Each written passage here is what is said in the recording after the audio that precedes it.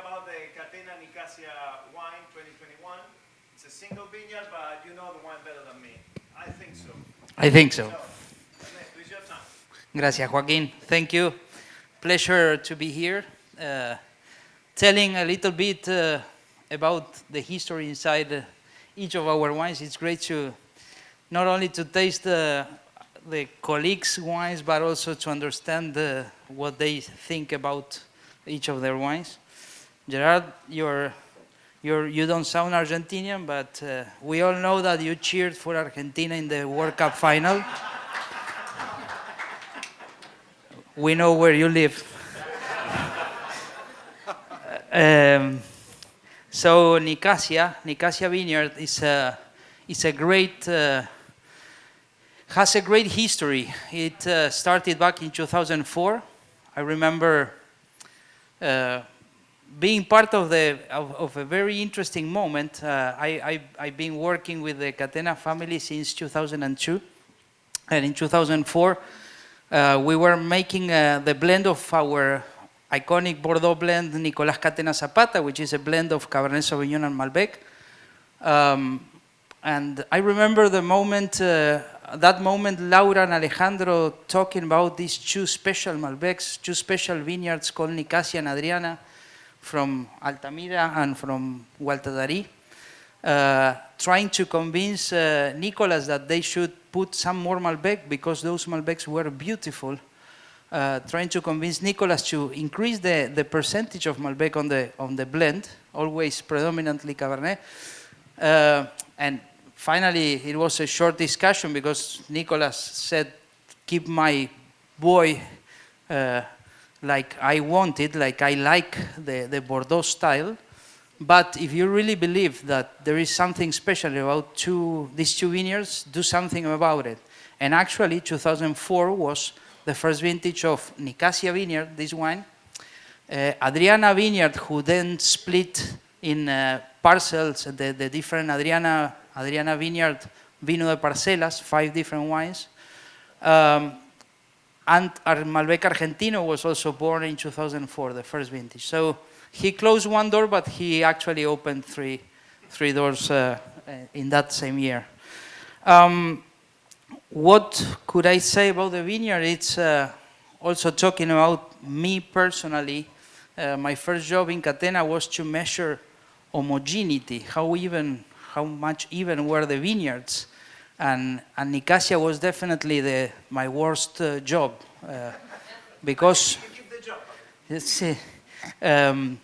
but to see the numbers in Nicasia was impressive because the way the different numbers, the variability that we got statistically speaking in that vineyard made us thought that we were cursed at the beginning.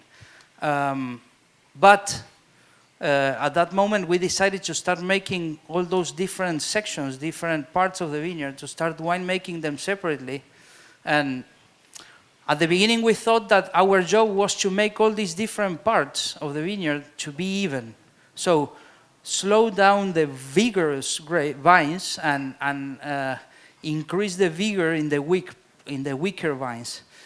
And we thought that we were rock and roll stars, you know, like we could do whatever we want. And it was 3 years in a row that we understood that we were basically nothing against Mother Nature.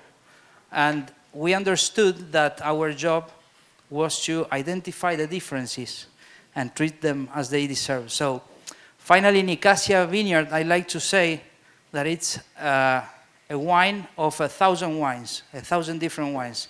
First, because each year we will not make a single vineyard, meaning this is one wine from one vineyard.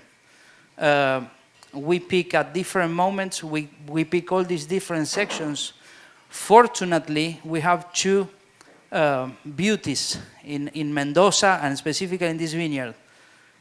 The genetical richness, the wealth, because we have populations. We have a beautiful genetical mix inside Malbec on one side, and on the other side, Malbec is a spoiled boy that when you change a little in terms of terroir, it reacts completely different. And that means a different wine. So imagine a 40-hectare vineyard with 30 different soil combinations. Just by that, you have 30 different wines. Picking in 3 different moments, 90 wines. Making different trials, except from the picking moment just and the different places, then we can be talking about 100 or 110 different wines. So instead of having one picture of the vineyard expressed in a bottle, we have a movie, a set of pictures. And that's what we do. And year to year, we will have extra 120 to keep learning and learning. Joaquin made a very good comment about the wines we produced 20 years ago and the wines we are producing now. And it's been a very, very interesting learning from the vineyard, where we understood that we were not important in the winery, but that learning the expression or the best expression of the vineyard was our main objective. So in terms of winemaking, not much to say. It's you kind of speak about the 100, huh? The 100 wines. Yes, I will explain you now each of them. See, so wine number 1 is we try not to interfere inside the winery from what we get from the vineyard.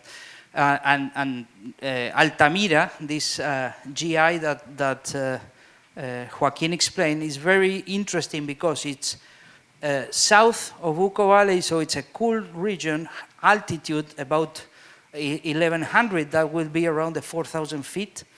But the exposure is north, so it gets enough sun during the day.